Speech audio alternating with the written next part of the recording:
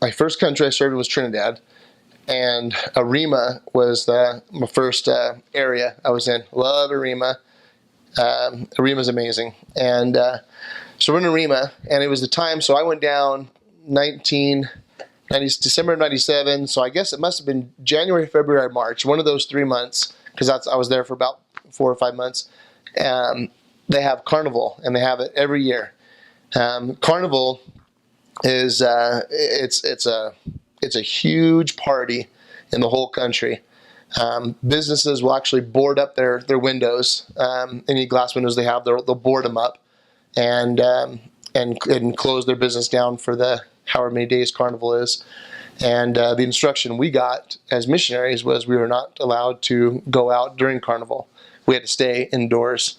And I don't know how long it was. I'm guessing 3 or 4 days Carnival lasted. And so we had to stay indoors. The mission president wanted us to read the entire Book of Mormon during those 3 to 4 days. So that's what we did for 3 to 4 days. We read the entire Book of Mormon from cover to cover. And they say that that cabin fever is a myth. Some people say that, and it's not a myth. 3 to 4 days in your apartment and not being able to leave it was horrible. I mean, even though we had the Book of Mormon there to read, wasn't enough. Okay, we had to get out of there. So as soon as Carnival was done, and I think from our window there was another building that was there, and then there was one of the main streets, and then another building. I think we were able to see 3 inches of Carnival and see people walking by and everything. And so we saw itsy bitsy amount. But we even heard from the locals that not a good idea to go out during Carnival, that there's people everywhere. And I wish I could tell you more about Carnival, but I don't know anything about it. Maybe, just seeing a few feathery things, go by.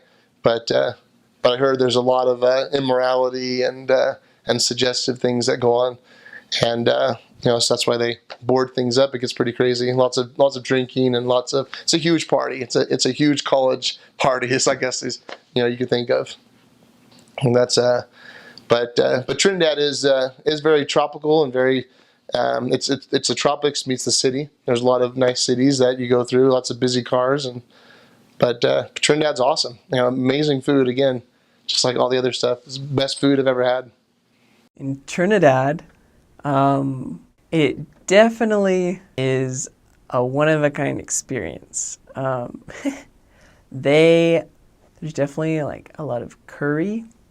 There's something called doubles. Doubles is very unique to Trinidad, and they are amazing.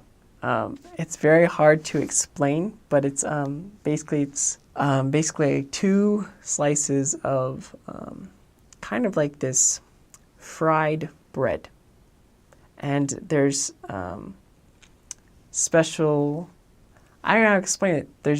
But if you ever get a double, if you don't like spicy, do not ask for pepper. And even if slight pepper, that's still pretty hot. So if you eat a lot of pepper, you'll cry. Like I had it the first time, I just had slight pepper, and my eyes were still watering. So, but definitely if you ever go to Trinidad, doubles is a must. They have a double stand right by the airport. So you should go there. The people, there's a lot of different jobs. There's so much. There's KFCs, Subways, McDonald's, like everywhere. There's social workers, there's hospitals. Something that's very interesting is something called a maxi. A maxi is kind of like a bus system. Depending on their color code is depending on where they're going, whether they go like east, west, north, south.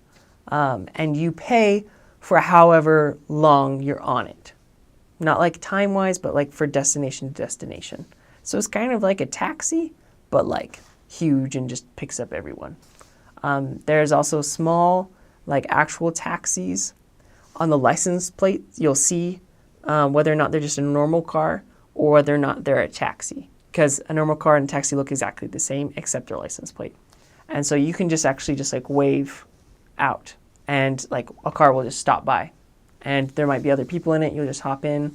As missionaries, you kind of have to be careful. You should not hop in a taxi alone with a woman. You're alone in her car. Even if it's kind of public, it's not very public. It's kind of private. It's their own private taxi car. It's their car. There's not a clock in, a clock out. It's their own private most of the time.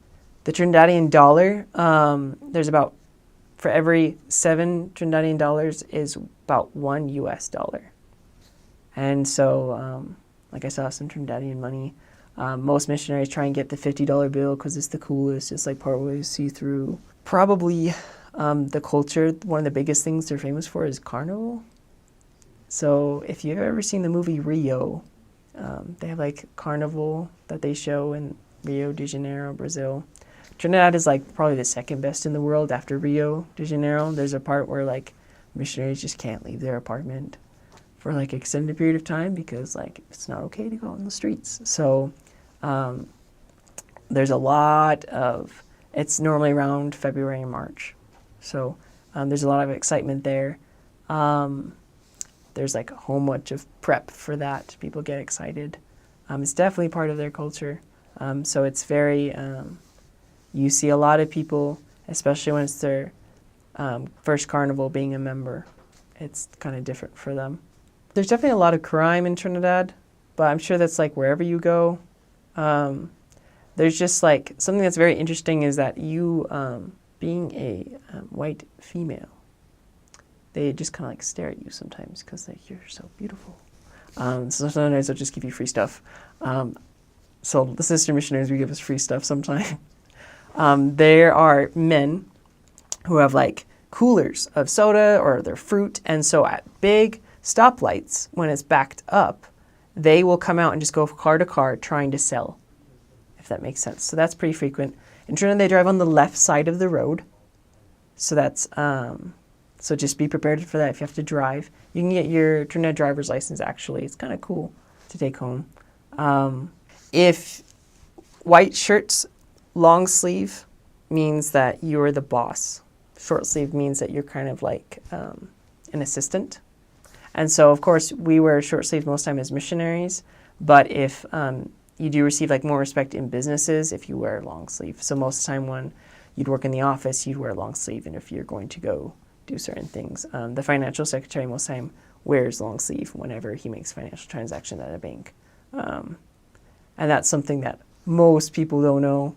So it's kind of only the businessmen know. Let's see where the mission home is. It's one of the most nicest places in Trinidad. A lot of people will build their own homes.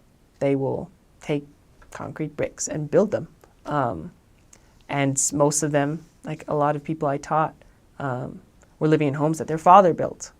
Or they just made an addition on to the house and their dad lives still on part of the house. They live on the other part. They just made an addition. So that's one thing, is that also Trinidad is very big on family. They have a lot of family gatherings.